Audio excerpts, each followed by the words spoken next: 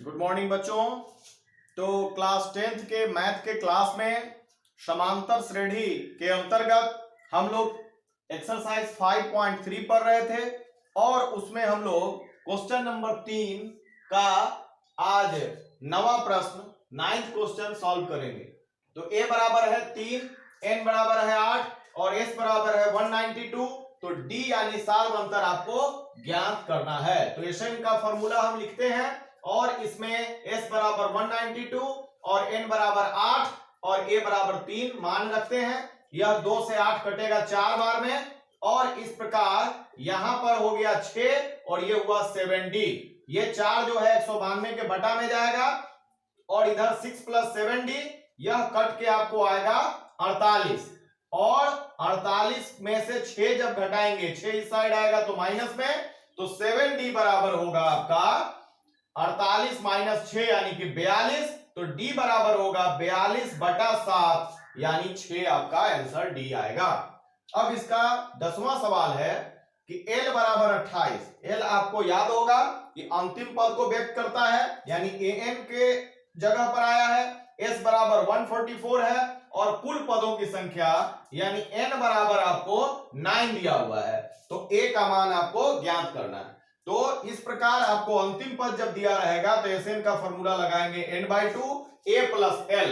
तो आपका Sn यानी s 144 है, यहां कुल पद यानी n 9 है और a आपको ज्ञात नहीं है, l का मान आपको 28 दिया गया है। तो a + 28 बराबर आपका क्या होगा, 2 यहां पर ऊपर जाएगा 9 बटा में आएगा यानी 144 × 2/9। 9 से 144 कितनी बार में कटेगा, यह टेबल याद हो आपको, तो यह 16 बार में, 16 में 9 से गुना करने पर 144 होता है यानी 9 से 144 16 बार में कटेगा और ये मल्टीप्लाई होके 2 से 32 होगा। 28 जब RHS में जाएगा तो -28, तो a बराबर आपको 4 प्राप्त होगा जो आपका आंसर है। अब इसका प्रश्न संख्या 4 जो है उसमें क्या दिया गया है, s बराबर 636 और AP आपको दिया गया है 9 17 25 ... और कहता है कि इसका कितना पद आपको लेना चाहिए यानी कि n का मान आपको ज्ञात करना है। तो Sn का फॉर्मूला लगेगा, चूंकि s दिया गया है और इस फॉर्मूला में a और d है उसको हम इसे p में से निकालेंगे। a बराबर यानी प्रथम पद 9 है और d बराबर 17 - 9 यानी कि 8 है। इस फॉर्मूला में आप a d और n आपको पता नहीं है, s इस सब का मान आप रखेंगे। ये हुआ 636, n/2 2 × 9 n - 1 और d का वैल्यू 8। ये जो 2 है 636 के साथ गुना में जाएगा। आप इसको दूसरे तरह से भी हल कर सकते हैं। इसमें आपका जो 18 और 8 × 9 - 1 है, इसमें से 2 कॉमन निकाल के भी इस 2 को काटा जा सकता है। हम यहां पर इसको मल्टीप्लाई किए हैं 636 में, क्रॉस मल्टीप्लीकेशन, यहां पर 18 अब +8 से इसको मल्टीप्लाई हुआ तो 8n - 8 हुआ। 18 में से 8 जाएगा तो ये होगा 10 + 8n और यहां यह गुना होके 1272, n से गुना होने पर 10n + 8n²। यह 8n² पॉजिटिव है इसलिए इस सबको इसी तरफ ले जाके द्विघातीय समीकरण बनाना होगा। तो यह हुआ आपका 8n² + 10n - 1272 बराबर 0। 2 कॉमन निकल गया और 2 को 0 के बटा में ले जाएंगे तो आपका द्विघातीय समीकरण बचेगा 4n² + 5n - 636। तो इसका n का मान निकालना है और यह द्विघात समीकरण के रूप में है। तो n बराबर क्या फॉर्मूला होगा, -b ± √b² - 4ac/2a।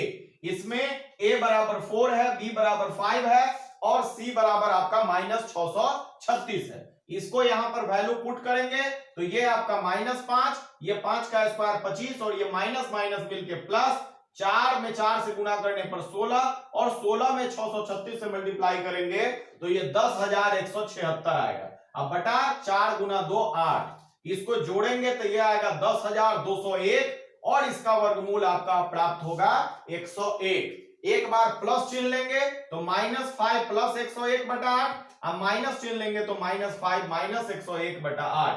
101 में से 5 घटेगा तो ये होगा आपका 96/8। आइए दोनों माइनस है तो -106/8। ये कटेगा 12 बार में, तो n का एक वैल्यू आएगा 12, दूसरा वैल्यू आएगा जो 2 से काटेंगे तो ये 4 बार में, ये कटेगा 53 बार में, तो -53/4। तो n का मान हमेशा आपको धनात्मक पूर्णांक चाहिए, यहां पर यह ऋणात्मक भी है और पूर्णांक भी नहीं है, इसलिए n का यह मान अमान्य होगा, यानी n बराबर 12 आपको आंसर प्राप्त होगा। अब जो नेक्स्ट क्वेश्चन है, क्वेश्चन नंबर 5, वह क्वेश्चन नंबर 5 आपको कहता है कि किसी एपी का प्रथम पद 5 है, अंतिम पद 45 है और योग 400 है, तो पदों की संख्या और सार व अंतर ज्ञात कीजिए। तो प्रथम पद 5 है, अंतिम पद यानी L 45 है और योग आपको S 400 है, तो N और D आपको ज्ञात करना है, पदों की संख्या और सार व अंतर ज्ञात करना है।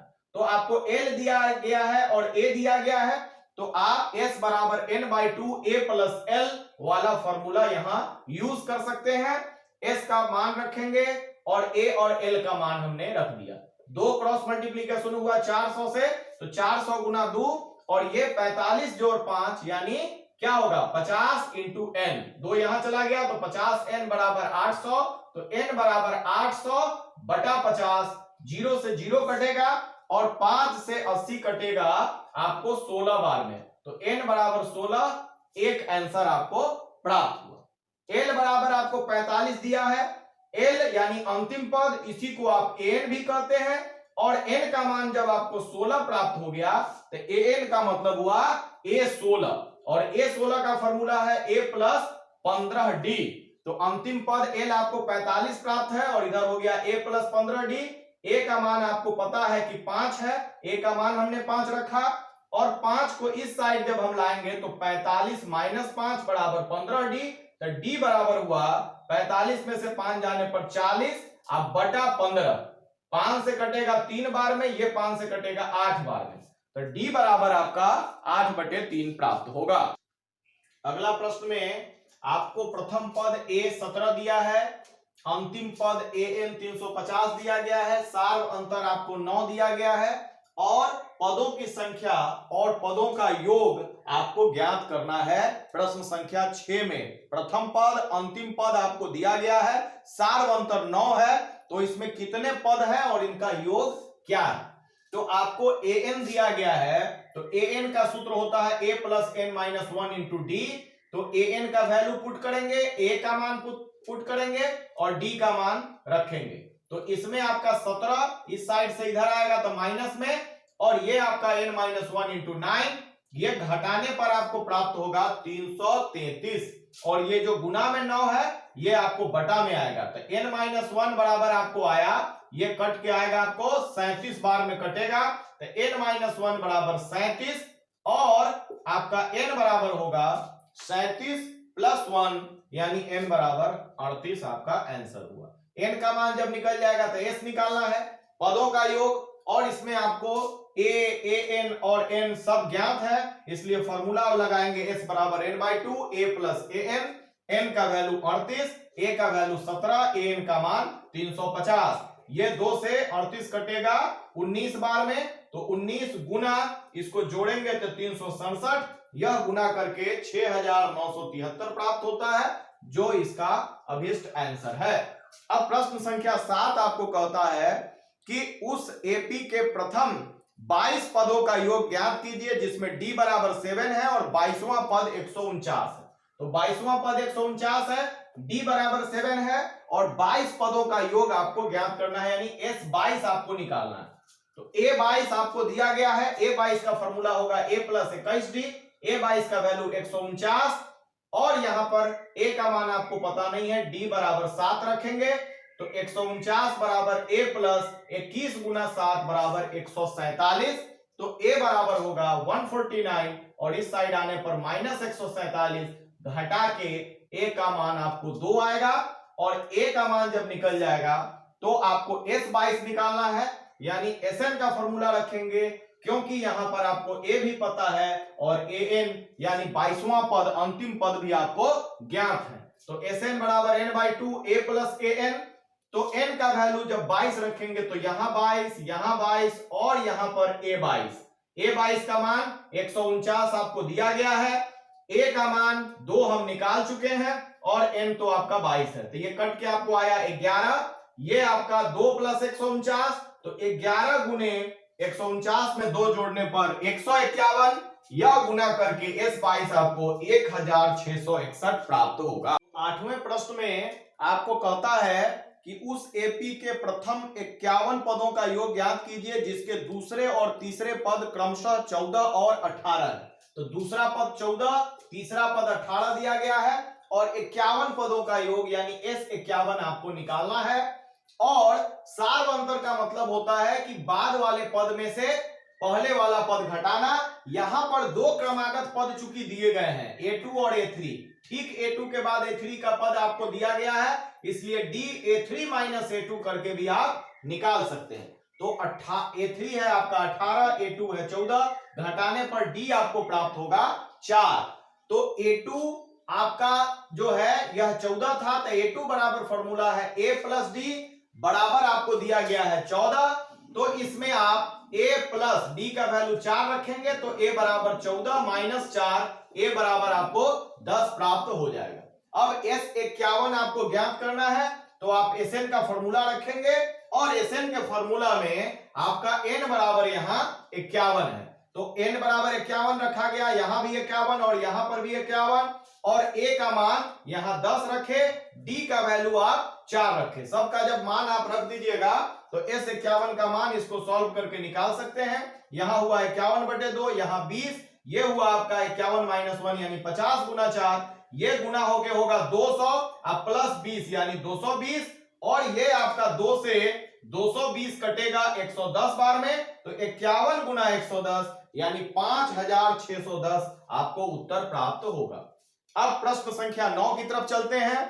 यदि किसी एपी के प्रथम 7 पदों का योग 49 है और प्रथम 17 पदों का योग 289 है, तो इसके प्रथम n पदों का योग ज्ञात कीजिए। 7 पदों का योग यानी S7 बराबर 49, 17 पदों का योग यानी S17 बराबर 289, तो Sn यानी n पदों का योग आपको ज्ञात करना है।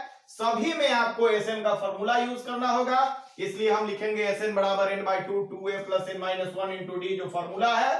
पहली स्थिति में S7 दिया गया है, यानी n का वैल्यू क्या लेना है, 7 लेना है, तो पहली स्थिति में n बराबर 7 रखेंगे समीकरण 1 में, तो यहां S7 और S7 का मान है आपका 49 बराबर, यहां पर n के जगह पर 7, यहां भी n के जगह पर 7, और ये आपका 2a और d उसी प्रकार रहेगा क्योंकि a और d का मान आपको पता नहीं है।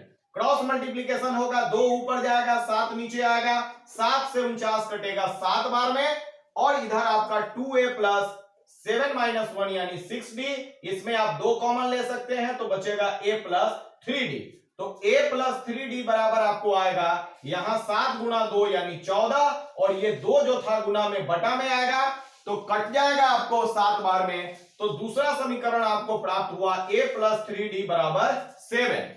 दूसरी स्थिति में S17 दिया है यानी n बराबर 17 लेना है, तो S17 बराबर 289, यानी यहां पर S17 n बराबर 17 रखने पर S17 बराबर 289, और यहां पर n जहां जहां है वहां 17 रखेंगे और a और d को छोड़ देंगे, तो यहां पर फिर क्रॉस मल्टीप्लीकेशन किया जाएगा, 2 ऊपर जाएगा 17 नीचे आएगा, 17 से 289 कटेगा 17 बार में, और इधर आपका 2a प्लस 16d 2 कॉमन फिर निकलेगा, तो यहाँ a प्लस 8d बचेगा, यहां पर 17 दूना 34, और जो गुना में 2 था वो बटा में 2 आएगा, ये कट के आया आपका 17, यानी a प्लस 8d बराबर 17 आपको प्राप्त हुआ।